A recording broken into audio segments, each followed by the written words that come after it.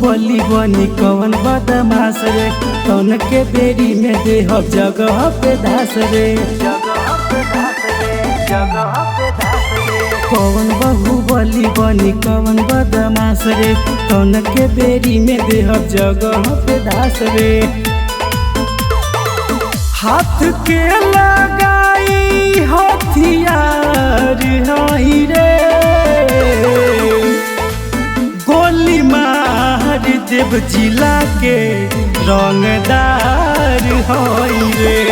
गोली मार दिए जिला के रंगदार हई।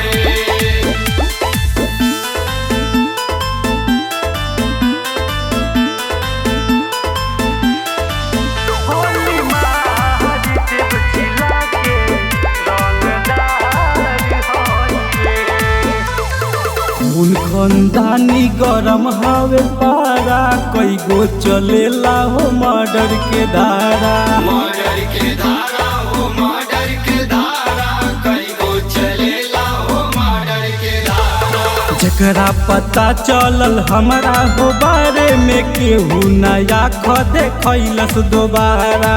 केहू नया खदे खैलस दोबारा, इनके नया खदे खैलस दोबारा। माफिया के हम ही सरदार हई रे, गोली मार देव जिला के रंगदार हई रे। गोली मार दिए जिला के रंगदार हई।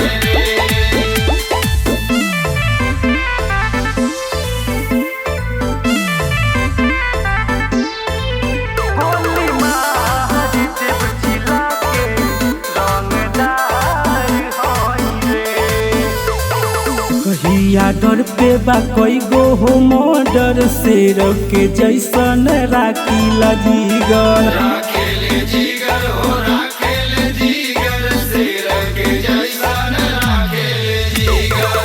चल सुखवा के पड़ी जे बीरी, बाबू छोड़ा गइल सब हीरोगिरी। सब हीरोगिरी हो सब हीरोगिरी, बाबू छोड़ा गइल सब हीरोगिरी। यार खातिर हम तो यार हई रे,